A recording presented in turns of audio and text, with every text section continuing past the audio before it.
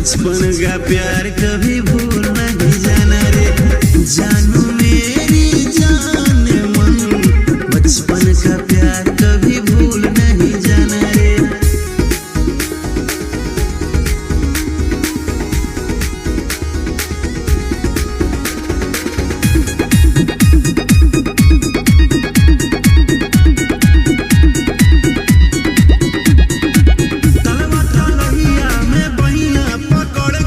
संग में किनारे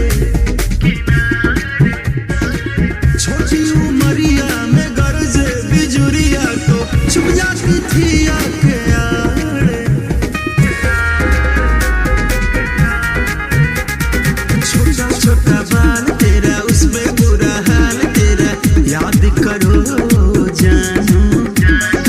आके इस कुलिया में नहीं हो खाती मेरे जानू मेरी जाने मन बचपन का प्यार कभी भूल नहीं जाना रे जानू मेरी जाने मन तेरे बिना मर जाए तेरा ये दीवाना रे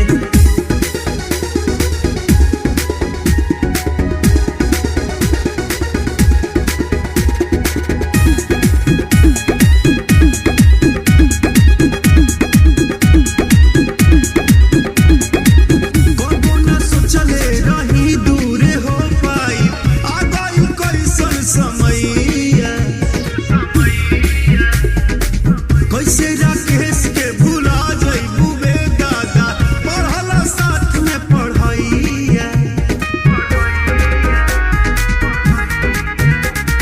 चोर सिपाही लुका छिपी धागा के धपा धपी तहरा तया देनु होई जब से जवान भइलू लागो त मिलल बतवनो तोहरा खजाना रे जानू मेरी जाने मन बचपन का प्यार कभी भूल नहीं जाना रे।